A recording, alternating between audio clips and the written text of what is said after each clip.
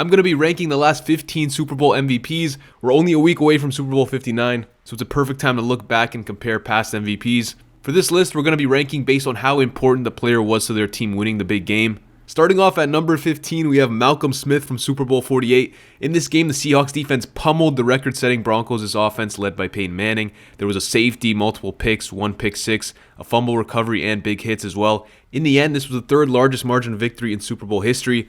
I'm mentioning all that to basically say that there was no one player that decided this game. Seattle dominated across the board. Malcolm Smith did have the pick six and recovered a fumble, but both those moments were results of his teammates making big plays. Cliff Averill pressured Peyton into throwing the interception, and Byron Maxwell forced the fumble on Demaryius Thomas. Smith had the most memorable highlight, but this was a team victory, and there wasn't really one player that stood out as far and above the most valuable. Next, we got Julian Edelman from Super Bowl 53, the only guy on this list who was not directly involved with a touchdown play. This game went into the fourth quarter with a score of 3-3. The biggest highlight at that point was Johnny Hekker setting the record for longest punt in Super Bowl history. The Patriots defense dominated this match, sacking Goff 4 times, holding him to a 50% completion percentage, and only giving up 3.4 yards per carry to the Rams' run offense.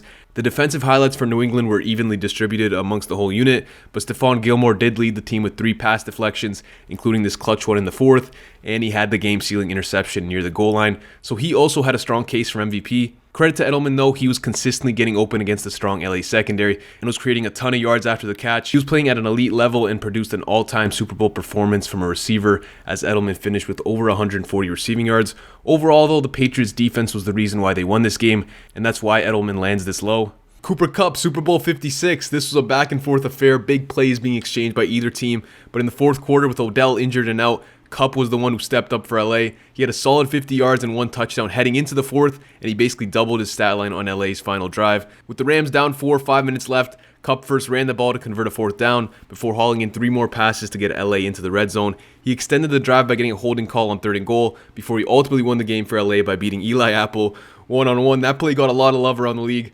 Kupp was the star on offense, but Aaron Donald was equally as impressive on defense. He finished the game with 2 sacks and 3 QB hits, and he was clutch in the fourth as he used his crazy strength to stop Samaje Perine's 3rd and 1 run, and then he ended the game by pressuring Burrow. Overall, this MVP could have gone to Kupp or Donald. Both produced and came out big in the fourth quarter. Next, we have Bucs Tom Brady, Super Bowl 55. A much-anticipated matchup ended up being pretty disappointing as the Chiefs team around Mahomes self-imploded. Costly drops and penalties ended up leading to the Bucs being up 31-9 in the third quarter, and that ended up being the final score. The Bucs team played lights out. All their star players contributed, especially Tom Brady. He completed over 70% of his passes, threw for over 200 yards, threw 3 touchdowns, and had 0 picks, though he did have one that was negated by a hold. Brady played great and he deserved the award. Overall, the Bucs dominated in all phases and blew out the Chiefs. So for that reason, Brady's MVP lands at number 12 on this list. Joe Flacco, Super Bowl 47. Flacco capped off his elite playoff run with a strong performance in the big game. He threw 3 touchdown passes in the first half, including a nice touch pass to Anquan Bolden and a long ball to Jacoby Jones. He shredded the top 5 Niners defense and was a big reason for Baltimore jumping out to a 28-6 lead. Joe cooled off in the second half, and Baltimore had to rely on their defense to prevent San Fran from completing the comeback and win them the Super Bowl. Overall, Flacco put up great numbers against the quality defense and didn't turn over the ball. However, this MVP could have also easily gone to Jacoby Jones. Jones got wide open on the long touchdown pass and beat 2 defenders to get in, and he also had a kickoff return touchdown. Jacoby was responsible for the 2 biggest plays in the game, and there's a strong argument that he was the most valuable player in that Super Bowl.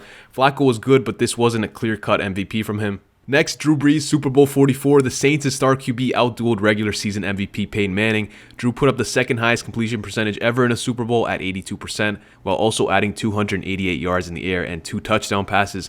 Brees controlled this game, consistently found his playmakers, and avoided any turnovers, and only took 1 sack. Drew also led the game-winning drive in the fourth quarter. He deserved the award. However, relative to other guys in this list, this wasn't the highest quality performance by Drew. He only had 1 completion that traveled 20 yards past the line of scrimmage, and his longest touchdown pass was a screen.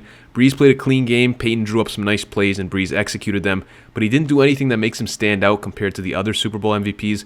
Additionally, the 2 signature moments from this Super Bowl, the onside kick and the pick six, did not involve Drew. At number 9, Eli Manning in Super Bowl 46 with his 2nd upset of Tom Brady and the Pats. This Super Bowl rematch had the Giants defense harassing Brady just like in the original, as Tom was under constant pressure and was sacked twice, both times by Justin Tuck. Now focusing on Eli, he was going up against a Pats defense that started to get hot in the playoffs after finishing as the second worst defense in the regular season. New England only allowed 30 points in their other 2 playoff games. Nonetheless, Eli was solid through the first 3 quarters, but turned it on in the 4th quarter in classic Eli style, as he led the game-winning drive highlighted by his crazy sideline throw to Mario Manningham. In the end, Manning finished with a 75% completion percentage, 209 passing yards, and a touchdown. This wasn't a spectacular performance, but Eli stepped up when it mattered most, and that's why he deserved the award and lands at the number 9 spot. Pat Mahomes, Super Bowl 57, the first of 3 Mahomes MVP games on this list, and the original Chiefs versus Eagles matchup. This was a clinical performance from Pat, 21 of 27, 226 total yards, 3 touchdowns, no turnovers, and he was able to erase a 10-point halftime deficit with 3 fourth-quarter scoring drives. Mahomes also had a huge 25-yard run at the end of the game to help set up the game-winning field goal. However, the deciding factor in this game was not Mahomes. It was Philly's self-implosion. Hurts had a non-contact fumble that got returned for 6. The Eagles defense blew coverage on 3rd and goal twice in the 4th, leading to 2 touchdowns, and then at the end of the game, James Bradbury's holding penalty.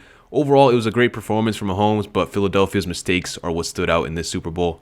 Next, we got another Mahomes MVP, Super Bowl 54, Pat's first time in the big game, and he went up against first-team All-Stud Jimmy G. This was not an easy matchup as San Fran had the number 1 pass defense in the league, featuring Nick Bosa, Fred Warner, Richard Sherman, DeForest Buckner. They were pretty loaded, but when it came down to crunch time, 7 minutes left, 10 points down, Mahomes did his thing. The 50-yard bomb to Hill on 3rd and 15 was the beginning of 3 straight touchdown drives to ice the game. Mahomes may have struggled at points and thrown a couple interceptions, but he had some elite throws. Consistently extended plays, and his 4th quarter performance was legendary, so that's why he lands at number 7. How about a 3P for Mahomes? Some possible foreshadowing, but we have Mahomes Super Bowl 58 at number 6, again versus the 49ers and their elite defense, but this time, no Tyreek Hill. Mahomes had Valdez-Scantling and rookie Rashee Rice starting on the outside. The offense struggled for majority of the first half and only put up 3 points, but as always, the Chiefs came to life in the second half of the Super Bowl, led by Mahomes.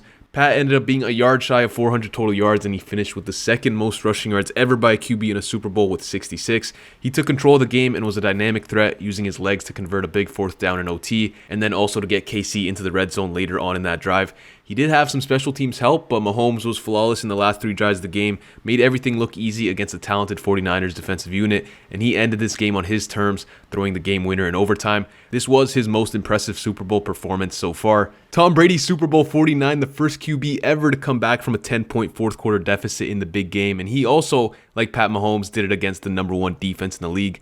Even while throwing 50 passes, Brady was still able to complete 74% of them, and he put up 4 touchdowns against the Legion of Boom, the most ever by a QB against them. He also led multiple scoring drives in the 4th quarter just to come back against them. Those are all impressive accolades, but he did have 2 interceptions in the game, 1 being in the end zone. Also, even with Brady's heroics in the 4th, this game was decided by Malcolm Butler making a crazy play. Overall, Brady wasn't flawless and didn't make the biggest play in the game, but he had a historic performance and was lights out in the 4th quarter, did the unthinkable, came back against the Legion of Boom, and that earns him the number 5 spot. Next, Von Miller, Super Bowl 50. Even without having the ball in his hands, Von took over, setting the tone in the 1st quarter with the famous strip 6, and then icing the game in the 4th with another strip off Cam Newton. He made the 2 biggest plays of the game and was responsible for basically 2 defensive touchdowns. There was a lot of hype heading into this matchup about Cam versus Von, but it ended up being more like Von versus Coney Ealy. The Panthers' edge rusher Ealy had 3 sacks, one of them being a strip, and also added an interception off Old Man Peyton. So in an unexpected matchup, we had 2 all-time defensive performances. In the end, Von and the Broncos came out on top, and Miller was the biggest difference maker and is now remembered for having the best defensive performance in recent Super Bowl history. Nick Foles, Super Bowl 52, a Max Ora playoff run by Big Nick, capped off by an elite Super Bowl performance. This was a uniquely poor Patriots defense in the Belichick era, as they were statistically a bottom 10 unit, and Philly took full advantage of the mismatch. They averaged over 6 yards per carry and 8.5 yards per pass attempt, and they only punted once during the game. Foles did an amazing job finding his targets, avoiding pressure, and making tight window throws. He finished the game with 0 sacks taken while throwing for over 350 yards and having 4 total touchdowns. Philly was also 10 of 16 on 3rd down and 2 of 2 on 4th. Nick was super clutch in this game and made some insane throws. The moon ball to Alshon, the touch pass to Clement. Foles probably played the best game of his career. It took an all-time performance on the other side from Brady to keep this game close, but ultimately there was no answer for Nick Foles. His level was just too high, and that's why he lands in the top 3 on this list. At number 2, Aaron Rodgers, Super Bowl 45, going up against the number 1 defense at the time, a stacked Steelers unit that featured Troy Polamalu, Ryan Clark, James Harrison, Ike Taylor, etc. Rodgers put up a ridiculous display. A-Rod had over 300 yards and added 3 touchdowns, but the quality of his throws was absolutely crazy, zipping in tight window balls all over the field in big moments. I mean, look at this throw to Jennings. He was able to put up that stat line even with a bunch of drops from his receivers. Rodgers could have easily had over 400 yards and 1 or 2 more touchdowns if his receivers helped him out. This dart to James Jones, for example, could have went to the house. The Steelers defense played well, but Rodgers was just on an insane level. This Rodgers MVP would be ranked number 1 if we were just ranking based on pure throwing performance. However, there was one guy who I think was a bit more valuable to a Super Bowl team. Overall, Rodgers was dominant and shredded an elite Steelers defense, and this MVP is well deserving of being in the runner-up spot. Finally, number 1, Tom Brady, Super Bowl 51. Arguably the greatest comeback in sports history. The Falcons were red hot coming into this game. Their offense was one of the most efficient units we've ever seen, and their defense started clicking in the playoffs as they had just shut out Aaron Rodgers and the Packers in the first half of the NFC Championship. They carried that momentum into the big game as they jumped out to a quick 21-0 lead after the Brady pick 6, and then they extended that lead to 28-3 in the third quarter.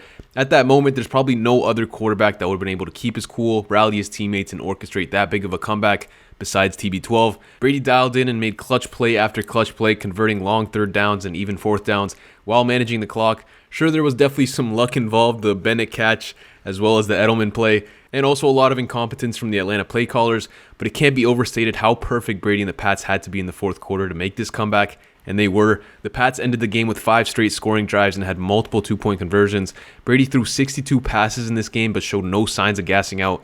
In the end, he had 481 total yards and 2 touchdowns. We've never seen a quarterback fight through that level of adversity and deliver in the big moments quite like Brady did in that game, which is why this MVP lands at the top spot. So those are my thoughts on the past 15 Super Bowl MVPs. Let me know what you think in the comments below. Make sure to subscribe if you enjoyed. Thanks for watching, and I'm out.